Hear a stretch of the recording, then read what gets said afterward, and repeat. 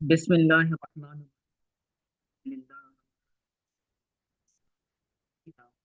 اور ہم نے گزشتہ سبق کے اندر حضرت آدم علیہ السلام کے بارے میں کے بارے میں پڑھا کہ اللہ تعالیٰ نے ان کو فرمایا کہ تم میں سے بعض سے دشمن ہوں گے اور جو ہماری آیات ہماری نشانیوں کی اتباع کرے گا وہ ہدایت یافتہ ہوگا اور اس کو جنت میں داخل کیا جائے گا۔ اور پھر اللہ تعالیٰ نے فرمایا کہ جو میری آیات کی میری ہدایت کی جو تکذیب کرے گا تو اس کو جہنم میں داخل کیا جائے گا۔ تو آگے بنی اسرائیل کے بارے میں آج پڑھیں گے کہ اللہ تعالیٰ بنی اسرائیل کو خطاب فرما کر انہیں حکم دیتا ہے کہ تم یہ کام کرو اور یہ کام نہ کرو۔ تو پڑھتے ہیں، بسم اللہ الرحمن الرحیم۔ یا بنی اسرائیل اذکروا نعمتی التی انعمت علیکم، اے بنی اسرائیل یاد کرو، اذکرو مطلب یاد کرو، نعمتی میری نعمت، یاد کرو میری نعمت کو۔ تو التی آگے آ رہا ہے تو ترجمہ اس کا کریں گے میری اس نعمت کو یاد کرو۔ التی یہ سارا جملہ مل کر نعمت کی صفت بنے گا۔ اے بنی اسرائیل یاد کرو میری اس نعمت کو جو میں نے تم پر کی، یاد کرو میری اس نعمت کو جو میں نے تم پر کی۔ وَأَوْفُوا بِعَہْدِی، اور تم میرے وعدے کو، میرے عہد کو پورا کرو۔ وَأَوْفُوا امر کا صیغہ ہے، وَأَوْفُوا بِعَہْدِی میرے وعدے کو، میرے عہد کو پورا کرو۔ اوفِ بِعَہْدِکُم تو میں پورا کروں گا تمہارے عہد کو، تمہارے وعدے کو۔ اوف یہ متکلم کا صیغہ ہے، یعنی میں پورا کروں گا، بِعَہْدِکُم تمہارے وعدے کو۔ وَإِيَّايَ فَارْحَبُونِ اور مجھ سے ہی ڈرو۔ وَإِيَّايَ یہ تخصیص کے لیے آیا ہے، حصر کے لیے آیا ہے کہ إِيَّايَ فَارْحَبُونِ تم مجھ سے ہی ڈرو، مجھ سے ہی خوف رکھو۔ اس کی وضاحت پڑھتے ہیں۔ اسرائیل بنی اسرائیل کے بعد نکلا اولاد یعقوب۔ تو یاد رکھیں حضرت ابراہیم علیہ السلام کے دو بیٹے تھے، حضرت یعقوب علیہ السلام اور حضرت اسحاق علیہ السلام اور حضرت اسماعیل علیہ السلام۔ حضرت ابراہیم علیہ السلام کے دو بیٹے تھے، حضرت اسماعیل علیہ السلام اور حضرت اسحاق علیہ السلام۔ اور حضرت اسحاق علیہ السلام کے پھر آگے بیٹے تھے حضرت یعقوب علیہ السلام، اور حضرت یعقوب علیہ السلام کے بیٹے تھے حضرت یوسف علیہ السلام۔ تو حضرت یعقوب علیہ السلام کے ویسے تو 12 بیٹے تھے، تو ان کے جو 12 بیٹے تھے ان تمام کو بنی اسرائیل کا نام دیا جاتا ہے۔ ان میں سے حضرت یوسف علیہ السلام بھی ہیں، تو حضرت یوسف علیہ السلام کے علاوہ جو 11 دوسرے بیٹے تھے تو ان کو بھی بنی اسرائیل کا نام دیا جاتا ہے کہ یہ اسرائیل کی اولاد ہے۔ اور اسرائیل حضرت یعقوب علیہ السلام کا لقب تھا۔ آج کل جو اسرائیل موجود ہے تو وہ انہی کے نام سے مشہور ہے، اور یہودی آج کل بھی اپنے آپ کو اسرائیل کہتے ہیں۔ تو اسرائیل کوئی مذہب نہیں ہے، ان کا مذہب یہودیت ہے۔ پھر آگے چل کے جو یہودی مذہب ہے وہ دراصل میں حضرت یعقوب علیہ السلام کا ایک بیٹا تھا یہودا، اس یہودا کی جو اولاد بنی اس کو یہودی کہنے لگا، اس کا نام یہودی پڑ گیا۔ پھر جو باقی 11 بچے تھے حضرت یعقوب علیہ السلام کے یہودا کے علاوہ، پھر آگے چل کے ان کے مذہب کا نام ہی یہودی پڑ گیا، پھر وہ سارے قبائل اپنے آپ کو یہودی کہنے لگے۔ تو اولاد یعقوب سے مراد، بنی اسرائیل سے مراد حضرت یعقوب علیہ السلام کی اولاد ہے، جو 12 قبائل تھے۔ حضرت یعقوب علیہ السلام کے جو 12 بیٹے تھے پھر ان کے آگے 12 قبائل بنے، تو ان کو اولاد یعقوب یا بنی اسرائیل کا لفظ استعمال کیا جاتا ہے۔ تو اللہ تعالیٰ ان کو خطاب فرما رہا ہے کہ یا بنی اسرائیل، اے بنی اسرائیل، اے حضرت یعقوب علیہ السلام کی اولاد، یاد کرو میری نعمت کو، میری اس نعمت کو یاد کرو جو میں نے تم پر کی۔ وہ نعمت کون سی تھی؟ علیکم کی وضاحت کر رہے ہیں، تم پر کی۔ تو تم پر سے کیا مراد ہے؟ کہہ رہے ہیں علی آبائکم من الانجاء من فرعون وفلک البحر وتذلیل الغمام، یعنی جو تمہارے آبا و اجداد پر کی۔ آج کل جو بنی اسرائیل موجود ہیں تو ان سے مراد کیا ہے؟ اللہ تعالیٰ نے تو فرمایا کہ تم پر میں نے انعام کیا، تو تم پر سے مراد کیا ہے؟ تمہارے آبا و اجداد پر۔ تو حضرت موسیٰ علیہ السلام کے زمانے میں تھے، اور اللہ تعالیٰ نے ان کو ہدایت نجات دی من الانجاء، من یہاں پر بیان نہیں ہے، یعنی وہ نعمت کون سی ہے؟ وہ نعمت یہ ہے کہ انجاء من الانجاء من فرعون، فرعون سے جو نجات دی، یعنی فرعون سے نجات دینا، وفلک البحر، بحری، اور سمندر کو چیرنا۔ جو حضرت موسیٰ علیہ السلام اپنی قوم کو، بنی اسرائیل کو لے کر سمندر، دریا پار کر کے جا رہے تھے، پھر فرعون آ رہا تھا تو فرعون ہلاک ہو گیا، اور فرعون سے اور فرعونیوں سے بنی اسرائیل کو نجات مل گئی۔ تو یہاں پر دو نعمتوں کا ذکر ہوا ہے، ایک نعمت فرعون سے نجات، اور دوسری سمندر کو چیرنا۔ آگے تیسری کہہ رہے ہیں وَتَذْلِيلِ الْغَمَامِ، اور غمام کہتے ہیں بادلوں کو، اور بادلوں کا سایہ کرنا۔ تو بادلوں کے سائے کرنے سے بھی اللہ تعالیٰ نے ان پر نعمتیں کی، وغیر ذالک، اور اس کے علاوہ دوسری نعمتیں بھی اللہ تعالیٰ نے ان پر کی۔ تو اللہ تعالیٰ نے فرمایا ان نعمتوں کو یاد کرو جو میں نے تم پر کی، بِأَن تَشْكُرُوهَا بِطَاعَتِهِ، یاد کیسے کرو؟ کہ میری اطاعت کر کے ان کا شکر ادا کرو، کہ جو میں نے نعمتیں تم پر کی ہیں، تو ان نعمتوں کا شکریہ ادا کرو، کیسے؟ بِطَاعَتِهِ، میری اطاعت کر کے، میری فرما برداری کر کے ان نعمتوں کا شکرانہ ادا کرو۔ وَأَوْفُوا بِعَهْدِي، اور تم میرے وعدے کو، میرے عہد کو پورا کرو۔ وہ وعدہ کون سا تھا؟ الَّذِي عَهِدتُّهُ إِلَيْكُم مِّنَ الْإِيمَانِ، وہ وعدہ جو میں نے تم سے لیا تھا۔ الَّذِي عَهِدتُّهُ إِلَيْكُم، جو وعدہ میں نے تم سے لیا تھا۔ من بیانیہ یہاں پر، یعنی من الایمان بمحمد صلی اللہ علیہ وسلم، محمد صلی اللہ علیہ وسلم پر ایمان لانے کا وعدہ، کہ میں نے جو تم عالم ارواح کے اندر تھے تو میں نے تمام سے وعدہ لیا تھا کہ جب میرے رسول صلی اللہ علیہ وسلم تمہارے پاس آئیں تو تم نے ان پر ایمان لانا ہے، تو تم اس وعدے کو، اس عہد کو پورا کرو، یعنی سرکار صلی اللہ علیہ وسلم پر ایمان لے آؤ۔ اوف بحدکم، تو میں تمہارے وعدے کو پورا کروں گا۔ ایک ہے اللہ تعالیٰ کا وعدہ، ایک ہے اس بنی اسرائیل کا وعدہ۔ تو اللہ تعالیٰ کا وعدہ کیا تھا؟ اللہ تعالیٰ نے ان کو وعدہ یہ دیا تھا کہ جب تمہارے پاس میرے رسول صلی اللہ علیہ وسلم آئے تو تم نے ان پر ایمان لے آنا ہے، ان کو سچا رسول تسلیم کرنا ہے۔ اور پھر ان کی طرف سے ان کو وعدہ یہ دیا گیا تھا کہ جب تم ان پر ایمان لے آؤ گے تو تمہیں جنت میں داخل کیا جائے گا، اور تمہیں ثواب دیا جائے گا۔ تو الذی عہدت الیکم، جو میں نے تم سے وعدہ کیا تھا، عہدتہ الیکم، یہاں پر جو تھا عہدتہ الیکم، یعنی جو میں نے تم سے وعدہ لیا، اور یہاں پر ہوگا جو میں نے وعدہ تم سے کیا، جو میں نے وعدہ تم سے کیا تھا تو میں وہ پورا کروں گا۔ وہ وعدہ کون سا ہے؟ یہاں پر بھی من بیانی آئے، یعنی من الثواب علیہ بدخول الجنہ، اس ایمان لانے پر ثواب کا وعدہ، یعنی جنت کے داخل کرنے کے ساتھ، دخول جنت کے ساتھ، جنت میں داخل کرنے کے ساتھ میں اس ایمان پر تم کو ثواب دوں گا۔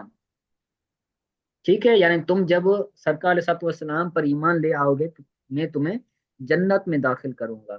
وَإِيَّايَ فَارْحَبُونِ، اور تم مجھ سے ہی ڈرو، فرحبونی۔ ٹھیک ہے، تو یہاں پر میں نے بتایا آپ کو کہ یہاں پر یہ اختصار کے لیے آیا ہے، حصر کے لیے آیا ہے، کہ میری ہی تم مجھ سے ہی ڈرو۔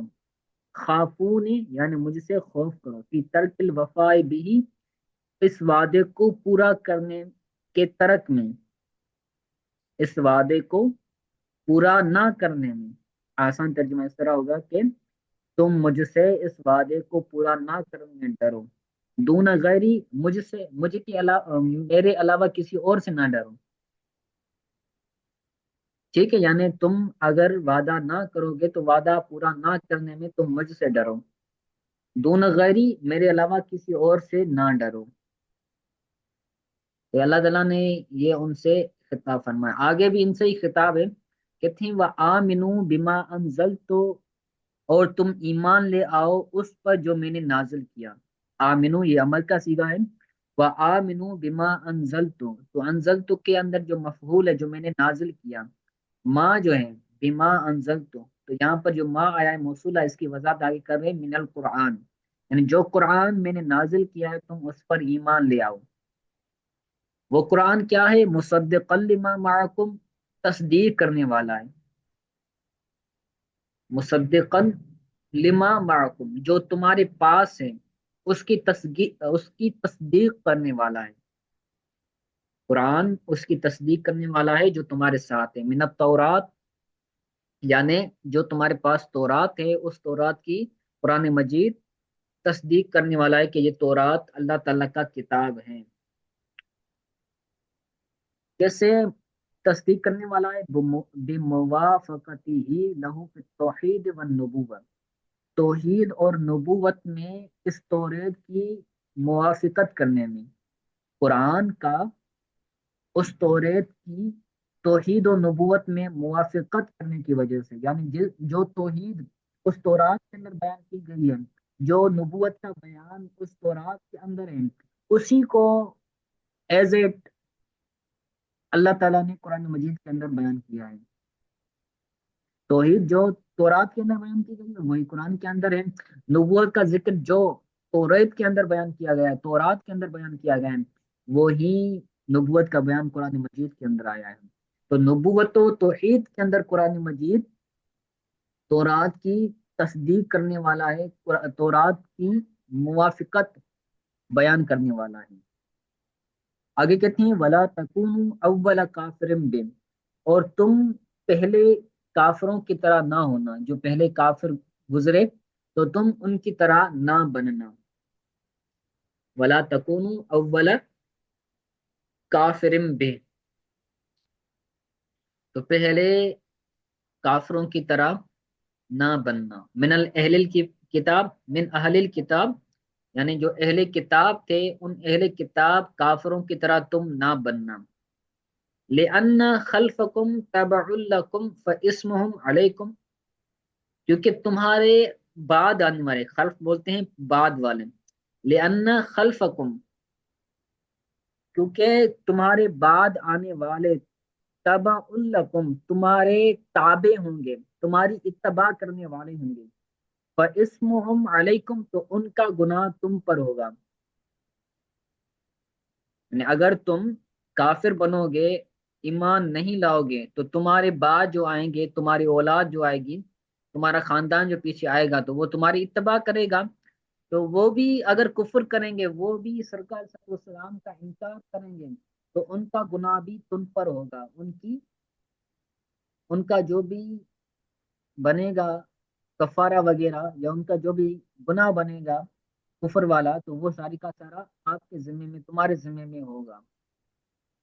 تو تم کفر نہ کرو تو تمہاری اولاد بھی کفر نہیں کرے گی، تو تم اس طرح اپنی اولاد کو بچا سکتے ہو۔ فلا تکونوا اول کافر بھی، تم پہلے والے کافروں کی طرح نہ بنو۔ ولا تشترو دی آیاتی، اور تم میری آیات کے بدلے میں، ولا تشترو بی آیاتی ثمنا قلیلا، اور تم میری آیات کے بدلے تھوڑا ثمن نہ لو۔ تشترو کا مطلب ہوتا ہے اشترا، خرید و فروخت کرنا۔ خرید و فروخت کے اندر کیا کیا جاتا ہے؟ ایک چیز دی جاتی ہے اور ایک چیز لی جاتی ہے، پیسے لیے جاتے ہیں اور کوئی چیز بیچی جاتی ہے۔ تو وہ کیا کرتے تھے بنی اسرائیل والے، بنی یہودی تھے، وہ غلط تشریح کرتے تھے، تو رات کی غلط تشریح کرتے تھے اور لوگوں سے تو اللہ تعالیٰ نے ان کو فرمایا کہ تم تھوڑے پیسوں کے بدلے میں، تھوڑے سمن کے بدلے میں تم آیات کو نہ بیچو، آیت کا غلط مفہوم نہ بیان کرو۔ ولا تشترو کے بعد بتایا تستبدلوا، یعنی تم تبدیل نہ کرو، آیات کے بدلے میں تم لوگوں سے پیسے لیتے ہو اور ان آیات کی، ان جو تورات کی آیات ہے تم ان کی غلط تشریح کرتے ہو، اور ان کی موافق جو وہ چاہتے ہیں ان کے موافق تم وہاں پر تشریح کرتے ہو۔ تو اللہ تعالیٰ نے فرمایا تم پیسے لے کر ان آیتوں کی غلط تشریح نہ کرو۔ وہ آیات کون سی تھی؟ کہتے ہیں التی فی کتابکم من من نعت محمد صلی اللہ علیہ وسلم، یعنی جو آیات تمہاری کتاب سے کون مراد ہے؟ تورات۔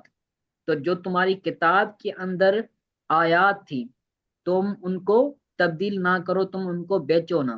وہ آیات کون سی تھی؟ من نعت محمد صلی اللہ علیہ وسلم، یعنی جو ہمارے نبی کریم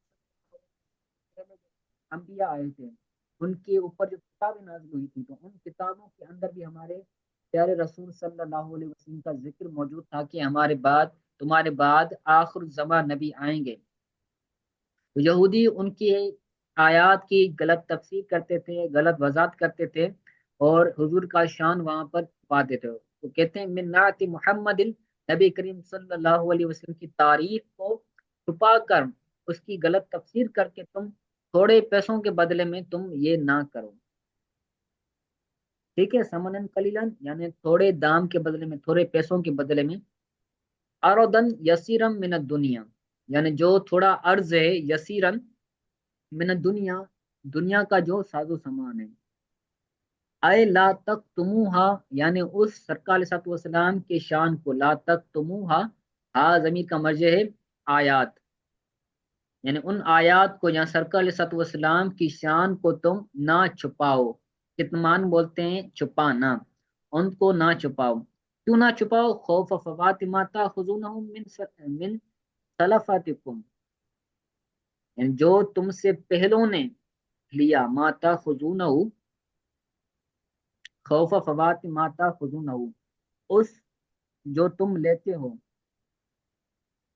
یعنی وہ جو لیتے تھے، ایسے لیتے تھے نا، تو تم اگر یہ حضور کی شان بیان کرو گے، یہودی اگر حضور صلی اللہ علیہ وسلم کی شان بیان کریں گے تو ان کو پیسے نہیں ملیں گے، وہ لوگوں سے پیسے نہیں لیں گے، تو تم ان پیسوں کی وجہ سے، ماتا خزونہ، جن کو تم لیتے ہو، جو تم لیتے ہو تمام پیسے، تو تم اس کو لینے کے فوت ہونے کی وجہ سے، جو تم لیتے ہو اس کے فوت ہونے کی خوف سے، یعنی جو تم پیسے لیتے ہو وہ اگر تم شان بیان کرو تو تم میں پیسے نہ ملیں گے، تم یہ خوف ہوتا ہے کہ اگر ہم حضور کی شان بیان کریں، سرکار کا ذکر بیان کریں، تو ہمیں یہودی پیسے نہیں دیں گے۔ تو جو تم لیتے ہو اس لینا ختم ہو جائے گا، تو اس ختم ہو جانے کے خوف کی وجہ سے تم ان آیات کو نہ چھپاؤ، من سلفاتکم، تمہارے پہلوں کی طرح، یعنی ان یہودی علماء سے جو پہلے تھے نا، وہ بھی چھپاتے تھے سرکار صلی اللہ علیہ وسلم کے شان کو، تو جس طرح وہ چھپاتے تھے تم بھی نہ چھپاؤ، وہ چھپاتے تھے تو تم بھی اس طرح چھپاتے ہو، تو تم ان کی طرح نہ چھپاؤ۔ وَإِيَّايَ فَاتَّقُونِ، اور اللہ تعالیٰ نے فرمایا کہ تم مجھ سے ہی ڈرو۔ یا فتقون، یہاں پر بھی حسر آئے گی کہ تم مجھ سے ہی ڈرو، خافون فی ذالک، اس معاملے میں تم مجھ سے ڈرو، دون غیری، میرے علاوہ کسی سے بھی نہ ڈرو۔ تو یہ دو آیتیں تھی، یہودیوں کو اللہ تعالیٰ نے، بنی اسرائیل کو اللہ تعالیٰ نے حکم دیا کہ تم قرآن پر ایمان لے آؤ، اور اپنی کتاب تورات کے اندر جو نبی کریم صلی اللہ علیہ وسلم کا جو شان ہے، آپ کی تعریف ہے، تم اس کو نہ چھپاؤ، ٹھیک ہے؟ تو ان دونوں آیتوں کو آپ اچھی طرح سے یاد کیجیے گا، اور اگر کوئی بات سمجھ نہ آئی ہو تو وہ پوچھ لیں۔